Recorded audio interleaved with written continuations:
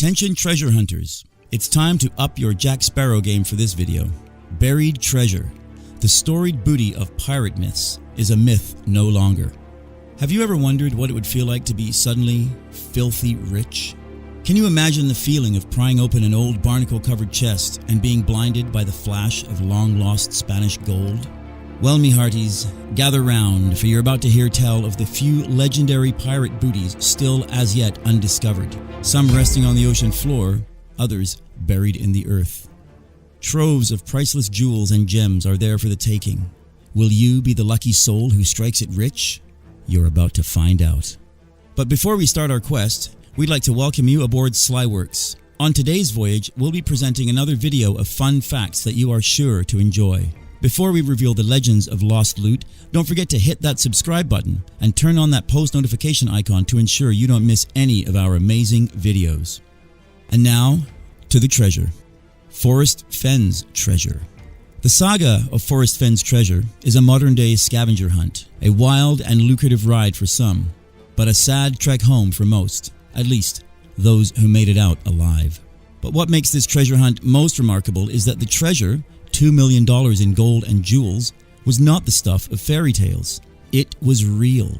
10 years after the treasure was buried, it was actually found by a very lucky 32-year-old medical student named Jack Stueff. The estimated $2 million in gold and jewels was buried in a 12th century chest by Forrest Fenn, a wealthy art dealer from Texas. Around 2010, after burying the booty, Fenn published a book called The Thrill of the Chase, in which he gave clues to the whereabouts of the hidden treasure.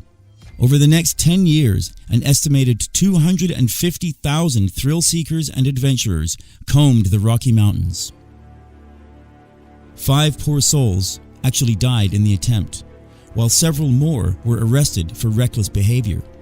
One guy was caught rappelling down an 850-foot canyon into Yellowstone Park, while another rogue actually broke into Forrest Fenn's home to look for the loot. If you think the story of Forrest Fenn's treasure is wild, wait until you hear about the last treasure on this list.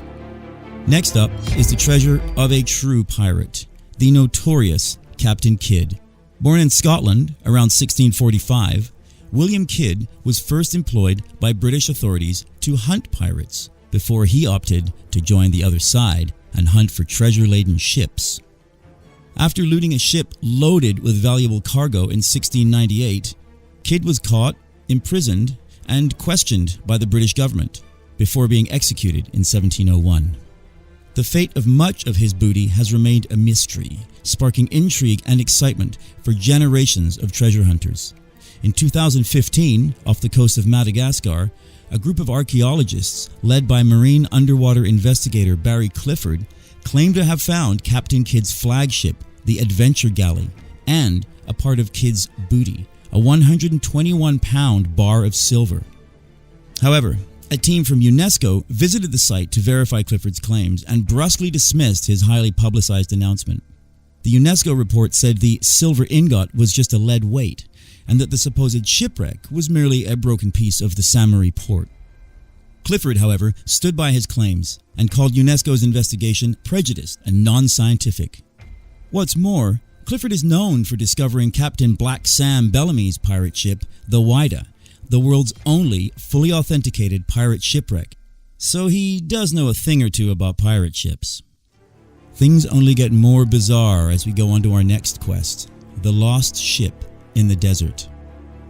Usually when one goes searching for a shipwreck or a ship lost at sea, you search on the bottom of the ocean, or at least on the beach, right next to the ocean, because that's just where ships tend to hang out.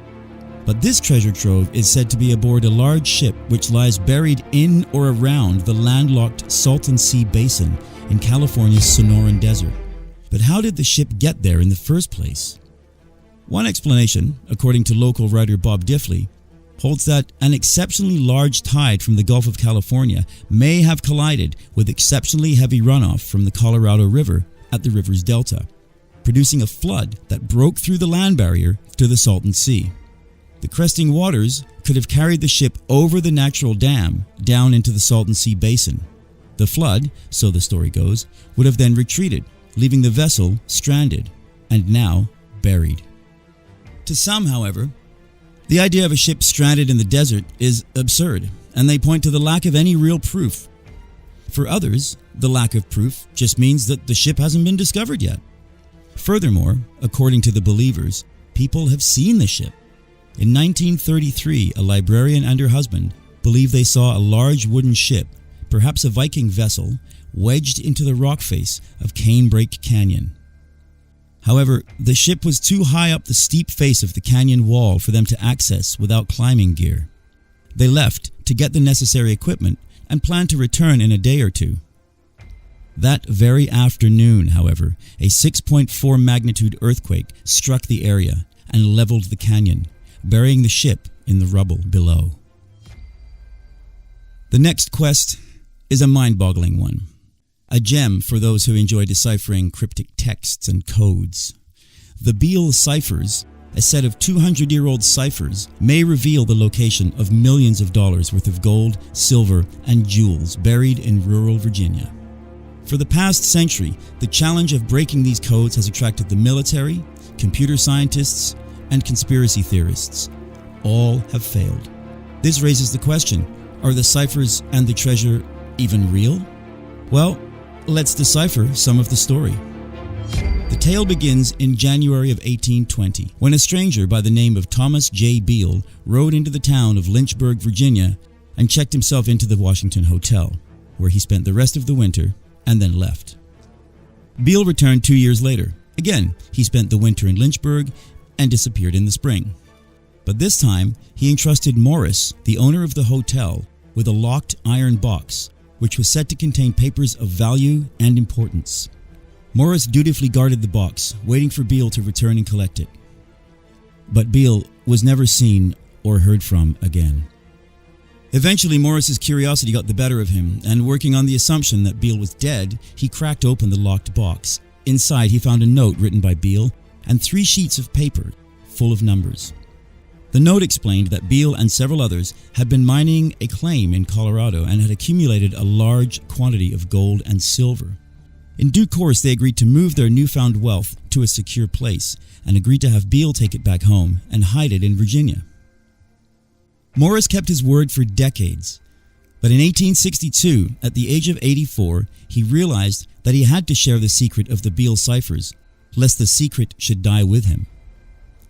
Morris confided in a friend, but unfortunately, the identity of this person remains a mystery. However, he was successful in deciphering the first note. To this day, the tale of the Beale ciphers continues to enthrall codebreakers, thrill-seekers, and treasure hunters alike. Now prepare for the most extraordinary treasure on today's list, the Copper Scroll. The Copper Scroll is part of the extraordinary cache of 1st century documents known as the Dead Sea Scrolls, first discovered in the 1940s in caves at Qumran. However, the Copper Scroll is something of an anomaly among the Dead Sea Scrolls. The author, the style, the language, and the medium all differ from the other scrolls.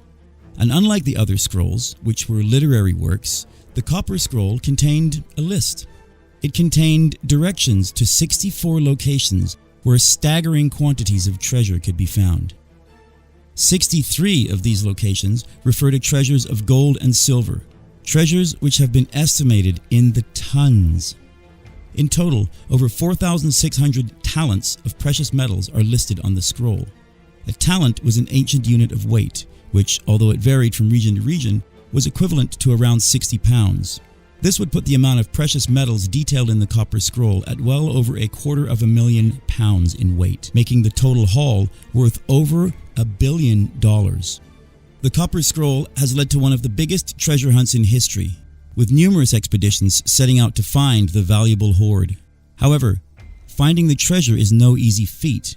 The locations are written as if the reader would have an intimate knowledge of the obscure references in the Bible. Nevertheless, to anyone who has a little bit of the Indiana Jones spirit inside them, it remains a fascinating and tantalizing artifact, and will no doubt continue to tempt the imaginations of scholars and treasure seekers alike for centuries to come. There you have it, guys. Treasures that are still waiting to be found. Oh, well, somebody already found Forrest Fenn's treasure, so just stick with the others. Which treasure captures your imagination? Would you rappel down 850 feet for a chest full of gold? Are you tempted to grab a GPS and a shovel and head to the hills? Share your thoughts with us in the comment section down below. Like the video and subscribe to our channel for more Slyworks videos. See you next time.